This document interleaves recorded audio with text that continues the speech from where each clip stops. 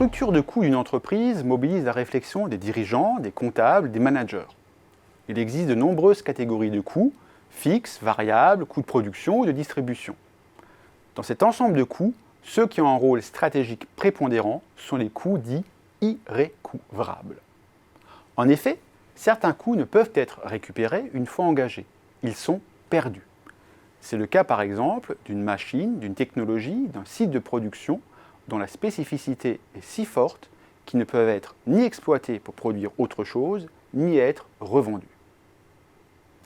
Un élément stratégique fondamental lié à la notion de coût irrécouvrable est qu'une fois engagés, ces coûts ne devraient plus entrer dans le processus de décision de l'entreprise.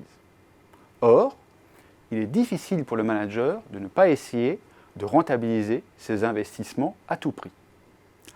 Le fait historique le plus connu correspond sans doute aux fabricants d'acier des États-Unis, opposés à des nouveaux arrivants venus d'Asie. Les nouveaux entrants ont investi dans la technologie la plus moderne qui permettait de produire à un coût unitaire plus bas. Or, les aciéries américaines n'avaient pas encore rentabilisé leurs hauts fourneaux, un outil de production impossible à revendre. Ils sont donc restés sur une ancienne technologie, ce qui impliquait de produire avec des coûts unitaires plus élevés et leur faisait ainsi perdre de nombreuses parts de marché. Prenons garde de ne pas confondre les coûts irrécouvrables et les coûts fixes. Ces deux concepts sont différents. Par exemple, un transporteur routier a naturellement besoin d'un camion pour fonctionner. L'achat du camion est donc un coût fixe, invariant par rapport à la quantité transportée. Mais ce n'est pas un coût irrécouvrable, car en cas d'arrêt de la production, le camion peut être revendu ou redéployé sur une autre mission. Acheter un camion n'implique pas que vous allez rester durablement dans l'activité de transport. Nous touchons là à une autre dimension stratégique, l'engagement. En effet, subir des coûts irrécouvrables, c'est envoyer au marché le signal de votre détermination, de votre engagement.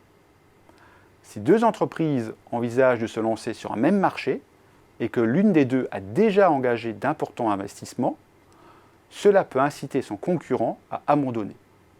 En effet, l'entreprise qui a déjà engagé des coûts irrécouvrables possède une très forte incitation à rester sur ce marché.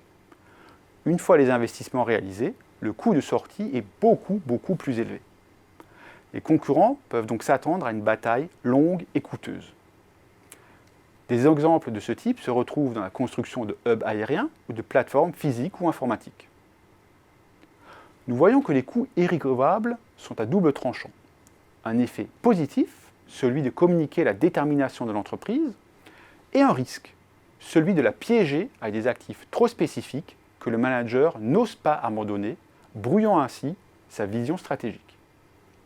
Le manager ne doit pas chercher à rentabiliser chaque investissement, mais considérer l'impact sur la position stratégique globale de l'entreprise à long terme.